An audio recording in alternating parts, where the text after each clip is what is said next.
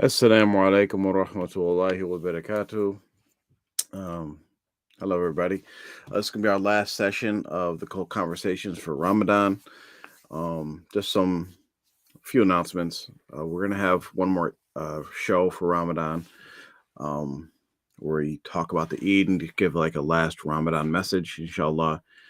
And I believe for the cult conversations on Sundays, we're going to maybe go down to once a month or maybe twice a month, depending on the feedback that I get, um, just so we can focus on some other things as well, and not be too busy with the stuff that we're doing regarding R2F work. So that's that. So we're gonna just get right into it. Just let me just take care of a few things, and we'll pull up the. So let's go ahead and get that out of the way. Okay.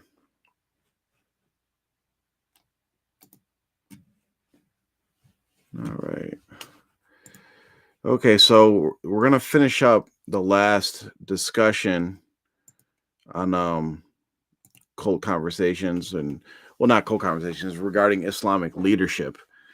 And the first thing that we're going to talk about with Islamic leadership is, or the last thing we're going to talk about with the Islamic leadership is how to distinguish between a good leader, a bad leader, and a cult leader, because there's a lot of lines that are blurred. So before we get there, let me just pull up my presentation and open up. أعوذ بالله من الشيطان الرجيم بسم الله الرحمن الرحيم الحمد لله رب العالمين الصلاة والسلام على رسول الله صلى الله عليه وسلم أما بعد. Okay, so we'll open up about 3 different things here. So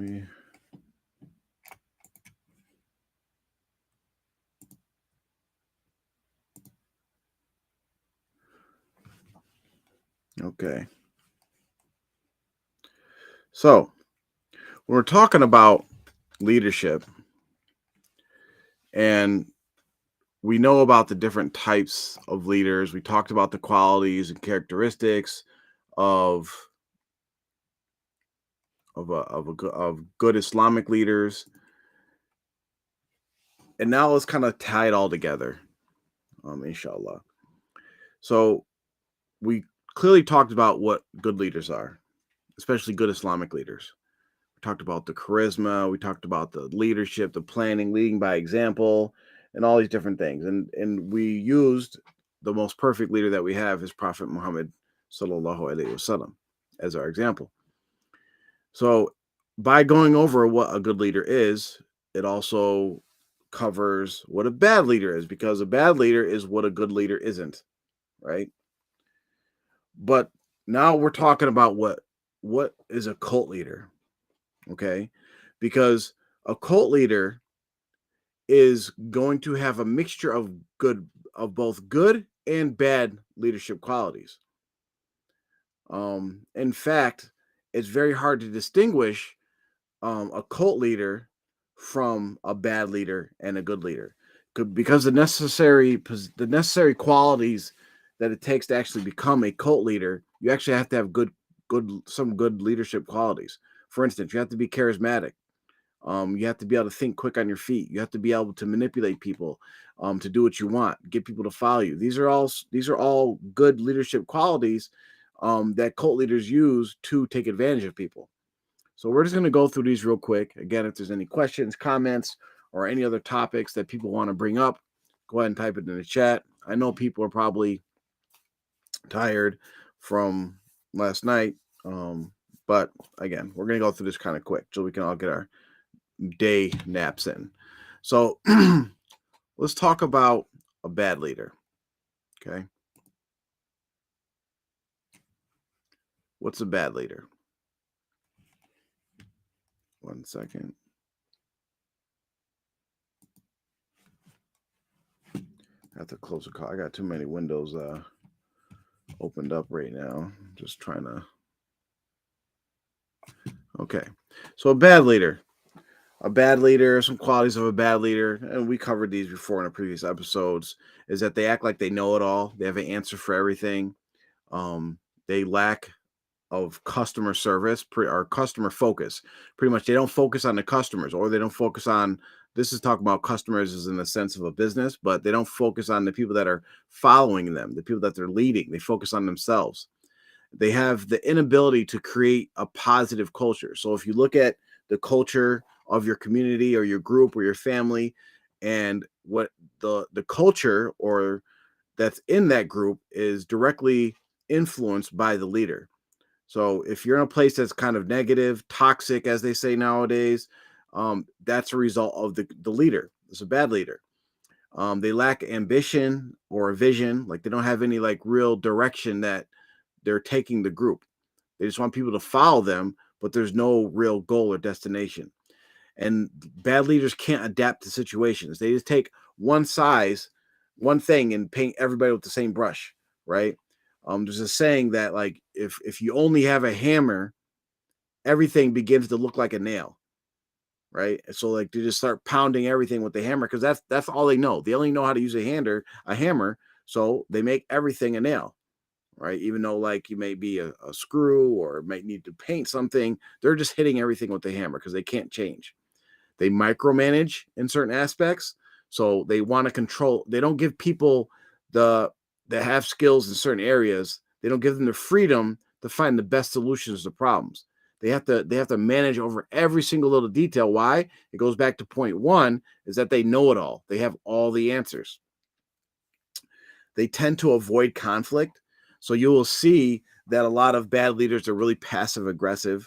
They don't know how to uh, check things or address things head on, right? And you'll see this even in like say domestic situations where maybe a spouse is upset with something of their other spouse, their significant other, and they'll do a lot of passive aggressive things instead of just saying, "Hey, what you said or what you did upset me, or I believe it was wrong. Let's talk about it." Instead, they'll do a lot of under the table pokes and jabs, comments to get their anger off their chest because they actually want to avoid the conflict, but at the same time they want to create drama. They want to let you know they're upset, those types of things.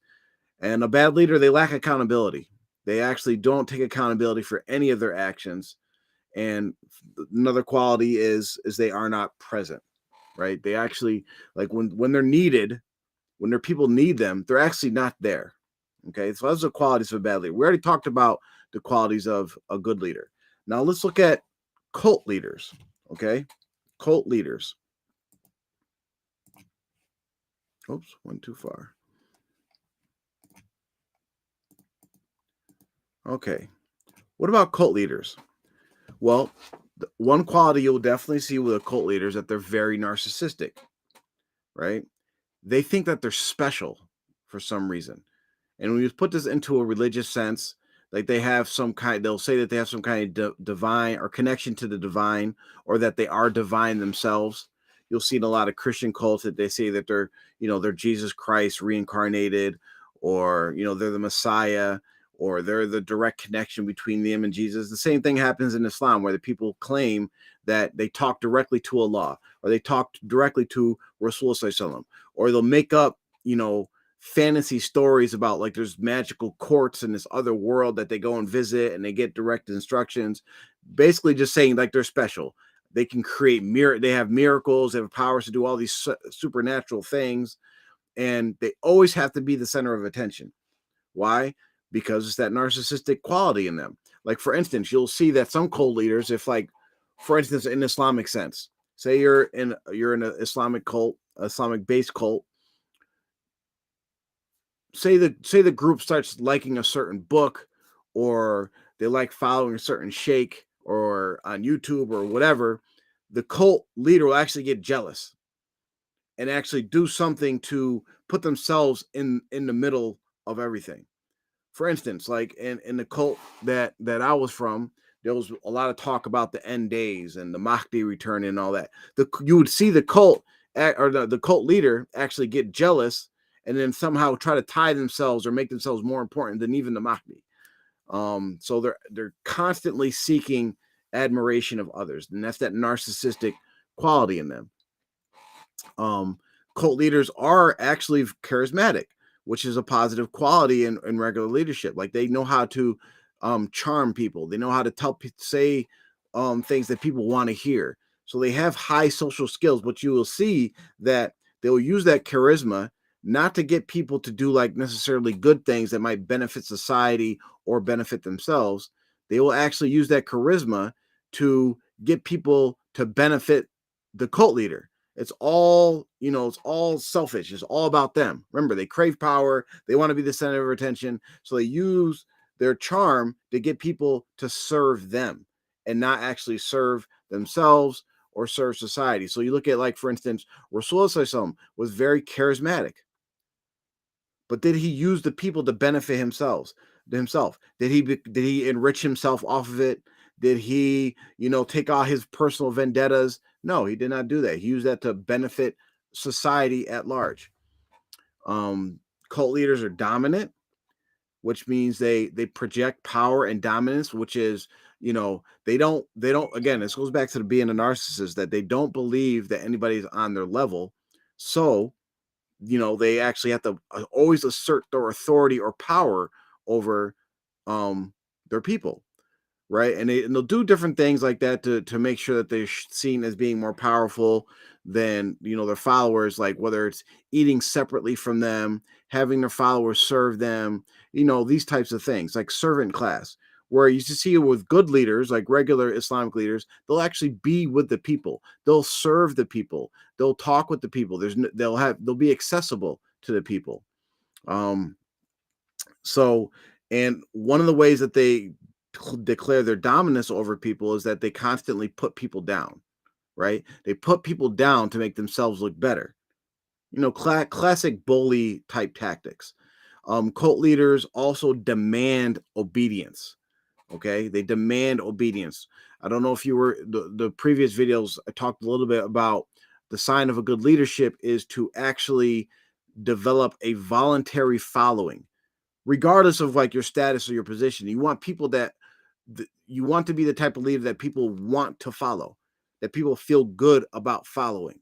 Okay, they don't, not just because they're told to, not just because of your status or your position or your authority, that they believe that you are a person that they can follow and they did trust themselves with you, and you take care of that trust.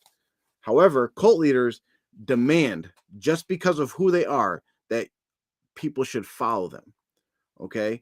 And how they reinforce that is when when people do listen and follow them and hear and obey and do everything that they're told without any questions, those are the people that you see rise in rank within those cult systems, right? It's not the people who are smart. It's not the people that, are good with the people. It's not the people that are doing things good for society or that were religious or that are knowledgeable or anything like that. It's the people that simply listen to everything that the cult leader says.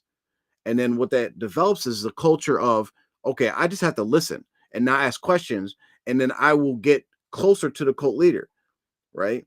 And in a religious sense, people associate their religiosity with how close they are to the cult leader. So then it becomes like this pecking order thing. So now you have people that are under the cult leader, but they're a step up than the regular folks. Now the regular folks have to kiss these people's butts, middle management butts, and even in order to move up, right? And it's not even you got to look at the mentality. It's not even a thing of like, oh, this person is just trying to kiss butt. They're brown nosing, they're camise riders or whatever like that. Is that these people, most of them, some people just do it for power and status and all that, but a lot of them associate this proximity to the cult leader with how religious they are. So they don't feel like, oh, I'm not doing anything religious. I'm not being a good person. I'm not being a good Muslim because the cult leader doesn't know my name, or the cult leader isn't, I'm not, I'm 20 steps below the cult leader. So in order to get closer, I have to, buddy up with this guy. And then maybe that guy will give me access to the next level and to the next level. Almost just like a pyramid scheme. Let's see what else. Again, they prey on low self-esteem. So anybody that has low self-esteem is going to be susceptible to, being under the control of a cult leader. And you will see like how they prey on self-esteem is that a person that has low self-esteem, they also, crave attention. And this is actually ties into that whole narcissistic like characteristic of cult leaders, is that a person that's narcissistic actually does have low self-esteem. That's why they're always craving attention. That's why they have to be the center of attention. That's why, they always want people to admire them. They actually have low self-esteem. So how do you get on a cult leader's good side, someone that's narcissistic? You play towards that narcissism by always complimenting them, always, making them your focus. So a cult leader, to reverse that, will look at people that have low self-esteem, and they'll be the ones, like they call it love bombing. They'll give them the love. They'll give them the attention that they're seeking, but then also withhold it at certain times so that the person keeps coming closer and closer to them. And it's a way of manipulation.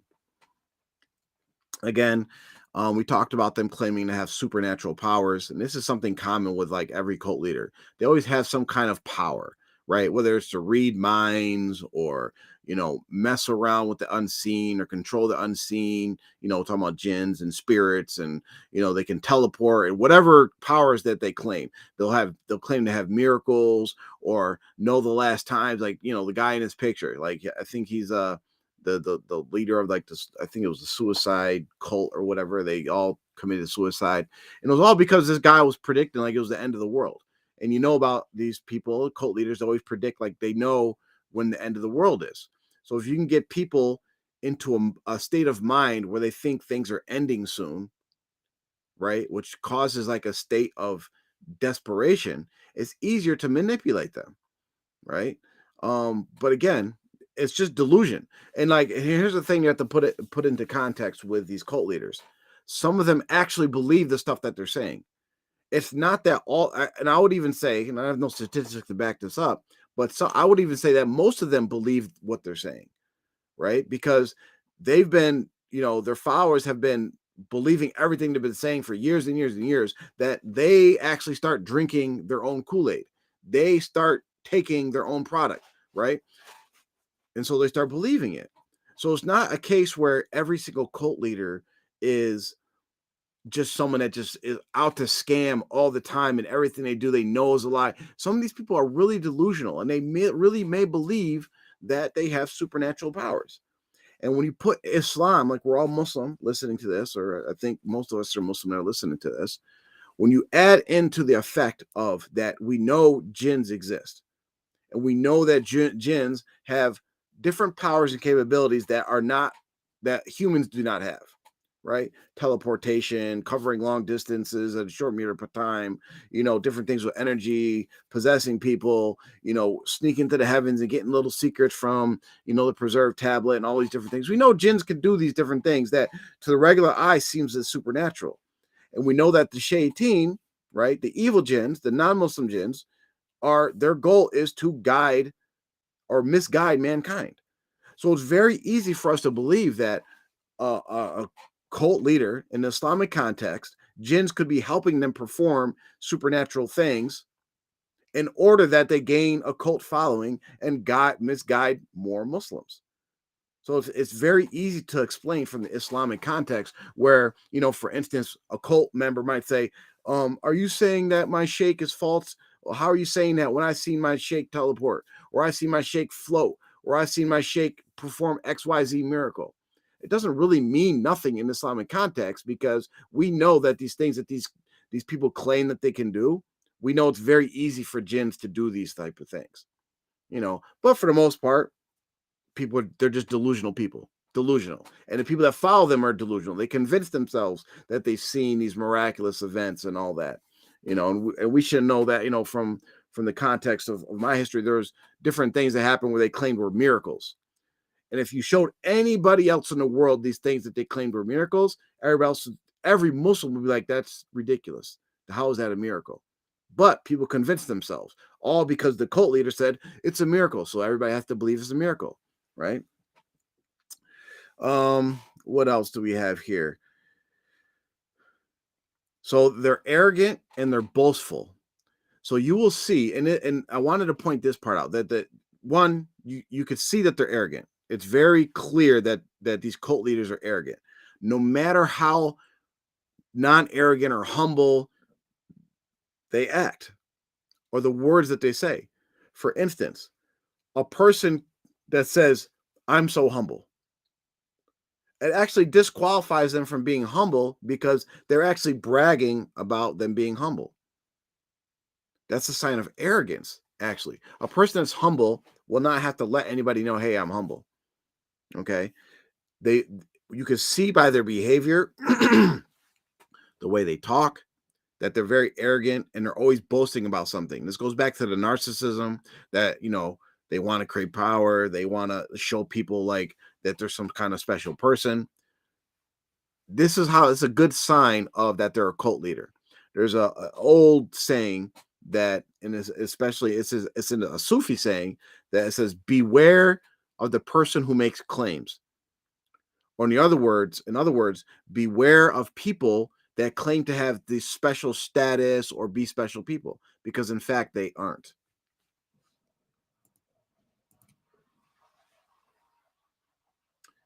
Assalamu alaikum. Oh yeah, that right. It was the Heaven's Gate cult. Correct. Salam. I can't spell today. There we go. Again, if there's any questions, go ahead and pop them in the chat. Or you can come on to the Restream link and you can talk there as well. All right, so we're on to the next slide. Okay. Cult leaders are also sociopaths or psychopaths. Pretty much that just is saying that they lack empathy. It's very easy for them to harm and hurt people without any type of remorse, right? You'll hear when you go and you listen to some of the things that people that have come from cults talk about, some of their experiences, and when they talk about the things that the cult leaders have done and what they're guilty of, and a normal person, like, it kind of boggles your mind because you're like, how could someone do this? How could someone do all these different things? Well, say that they have no regard for anybody besides themselves, even their own family members. They don't care about anybody. They only care about people in as much as that person can help them achieve their goals or boost up their own status or help with their cult scam. That's pretty much it. So they lack empathy. Like, and you'll see that the followers will have more empathy towards, the victims of the cult leader will have more empathy towards the cult leaders than the cult leaders will ever actually have towards them. For instance, you'll hear people talk about their old cult leaders like, yeah, that was a bad person, but I hope they change themselves or fix themselves. In Islamic context, like, we don't like wish people to go to hell or whatever, no matter how bad they are. But you'll see that these cult leaders, they'll curse people to hell, they'll kill people, hurt people, break up families. They have no regard for anybody else besides themselves. Cult leaders are very persuasive, which is also another like positive quality in good leadership. So just because you see a leader that they're very persuasive does not mean they're a cult leader. And just because it could be a sign of a good leader, but just because you see somebody they're persuasive doesn't mean that they're not a cult leader. Okay, but they like, again, this goes back to the whole social awareness that they have. They know how to make people. They know what makes people tick. They know what, like, for instance, if someone wants to come and start a cult and they recognize that the people that's generally following them say they're into like military stuff, they will preach military type stuff to connect with them, to gain control of them.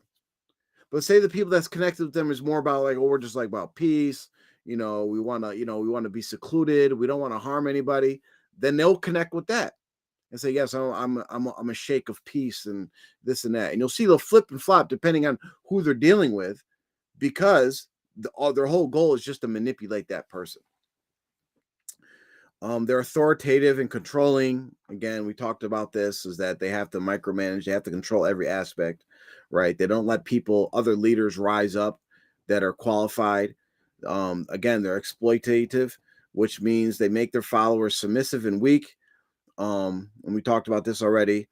And the thing is that followers the cult followers actually can't see the exploitation, right? Because again, this ties into how they're being manipulated. Because the cult leader is looking at each person or maybe small groups of people and identifying what they want, right? It turns into almost like a transactional relationship, right? So if say for instance, a cult leader recognizes that an individual, his main goals or his values, he really values just taking care of his family, right? Just taking care of his family. So the cult leader will tap into that and provide ways for that individual to take care of their family or advice on how to take care of their family. Meanwhile, the cult leader is exploiting their time and energy by getting them to think that whatever they're doing is helping them take care of their family, but on hindsight, it's actually take care of the cult leader, right? So just as like a simple example, right? Oh, the cult leader says um we need to buy a business. Let's just say a laundromat. And to do that, the cult leader's telling the person, the guy who just wants to take care of training, like, yeah, this laundromat, your children can work there. It'll bring income for your family. You know, you won't have to worry about anything, right? That's what he's selling them on. But at the same time, he's asking that individual, I need you to give me half your paycheck so we can buy this laundromat. So the individual, the guy, he's like, okay, I'm gonna give half my paycheck because it's an investment. This is gonna take care of my family. But at the same time, at the end of the day, that laundromat's going to be owned by the cult leader, and all the income's going to go and benefit him. And by the end of it, the person that gave up half their paycheck the whole time didn't realize that they've been exploited. Okay. Um, the cult leaders always play the underdog as well. And this pretty much goes into like they make everybody else the enemy, right? Everybody's the enemy. Everybody's against us. Everybody's against me. They want to stop me. They're my enemies. They want, they're enemies of Islam. They're enemies of our group. It's the Illuminati. It's the Zionists. It's all these people that's trying to attack us. The Wahhabis, the Salafis. Everybody's trying to stop us, right? They play victim.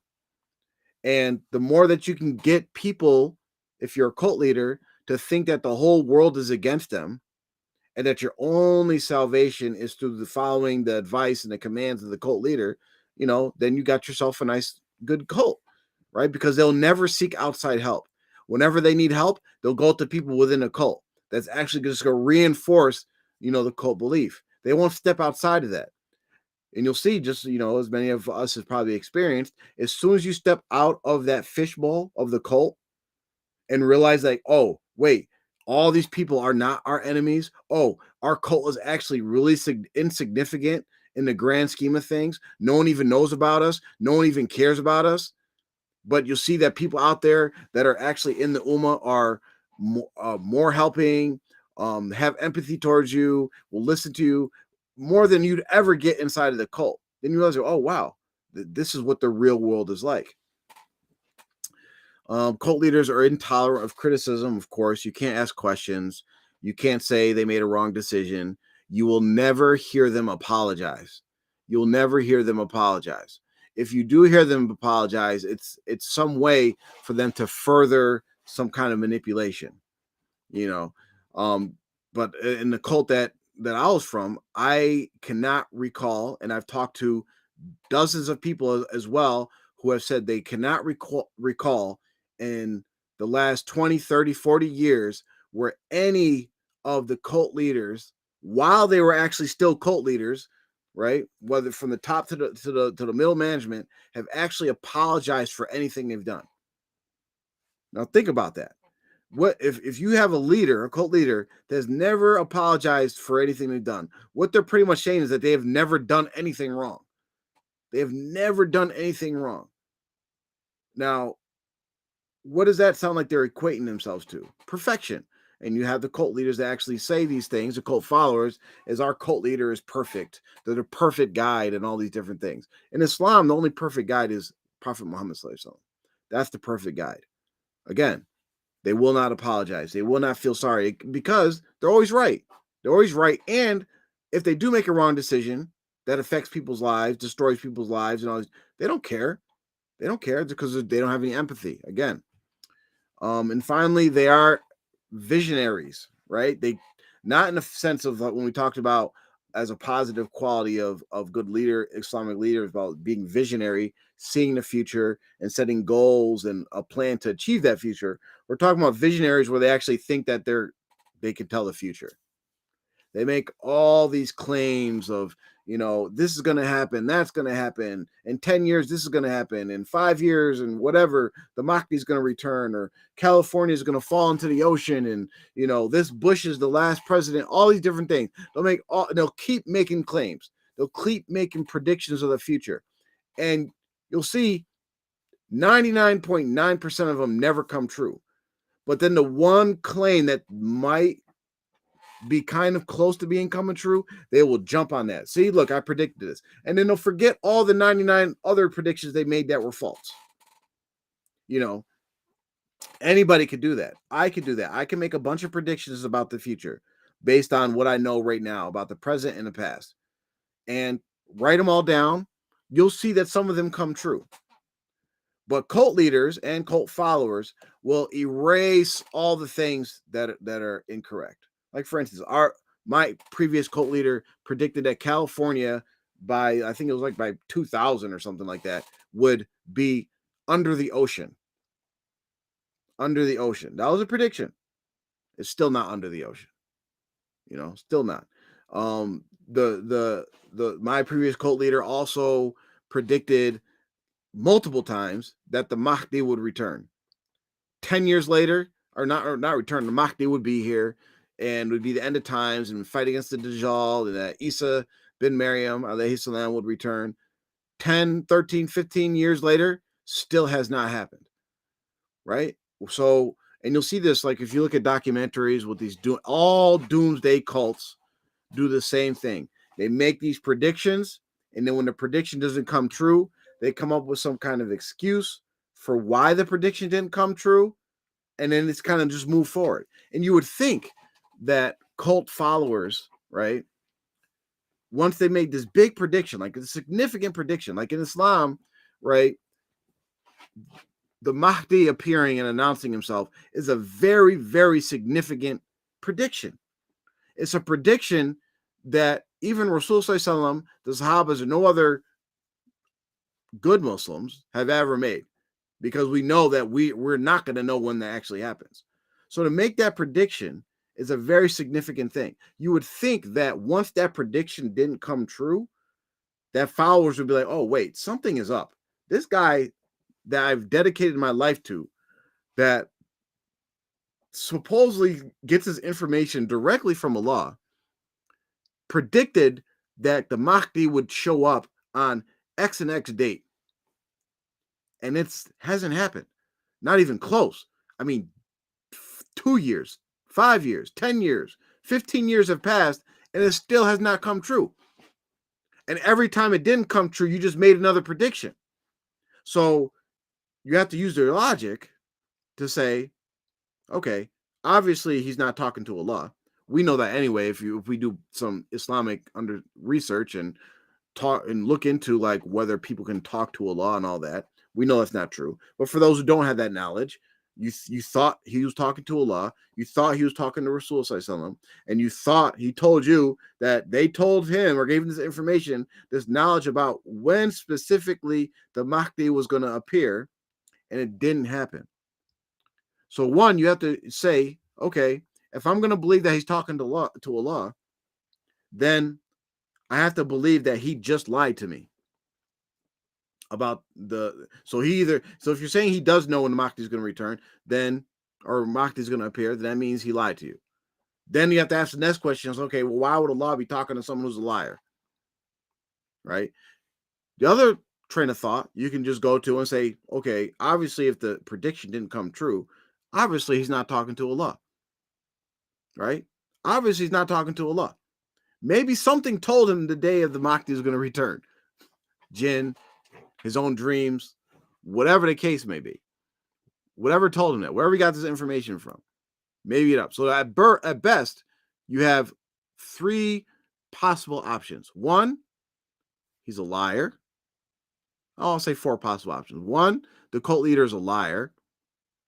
2, the cult leader is delusional, right? Just delusional, just having voices in his head, listening to whatever.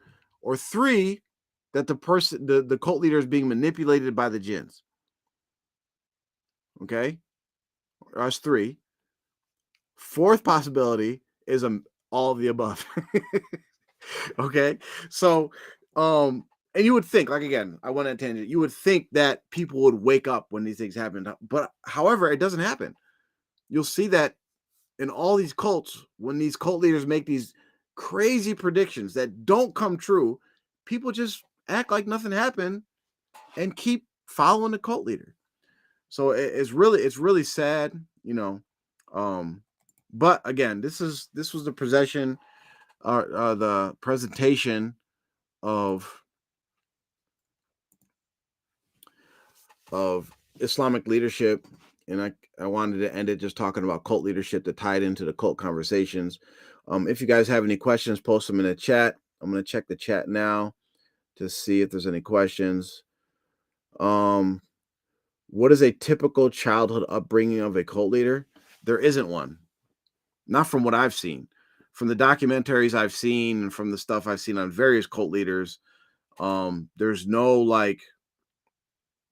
common thing that says that, oh, this person is going to turn out to be a cult leader, right? It's kind of like saying, like, how can you predict someone's going to be a scam artist? You just don't know. There's all types of things that can happen during their childhood that could could cause a person to start being a narcissistic, manipulative person. you know and again, like this idea of, so cult leaders, you can have a person that has the qualities of a cult leader in almost any situation. They don't necessarily have to actually have a cult that they lead, like a group that they lead. You could see a person in a domestic situation, a husband or a wife that is a narcissist, that is manipulative and controlling and all these different things. They're just being a cult leader in their household. So a cult leader has all those qualities, except that for some way that they get a big following from people and they actually produce a cult. So again, there's nothing specific that says, oh, this person is going to turn into a cult leader, you know. So it's really, you just never know. Anybody could become a cult leader if they have those qualities and they gain a following. That's not a prediction, that's a forecast. I'm just saying. Yeah, I mean, like, the thing with cult leaders, they give very specific, you know, predictions. And like you said, a forecast is like, a guess. I could predict, like, for instance, I could predict the Mahdi is going to return. Any Muslim could say that, because if we're Muslim, we believe that. I keep saying return because it wasn't here yet. The Mahdi is going to appear. I can make that prediction. Why? Because Rasulullah told us this. This, in a hadith. Rasulullah told us this, so we know it's going to happen, and we know Rasulullah doesn't lie.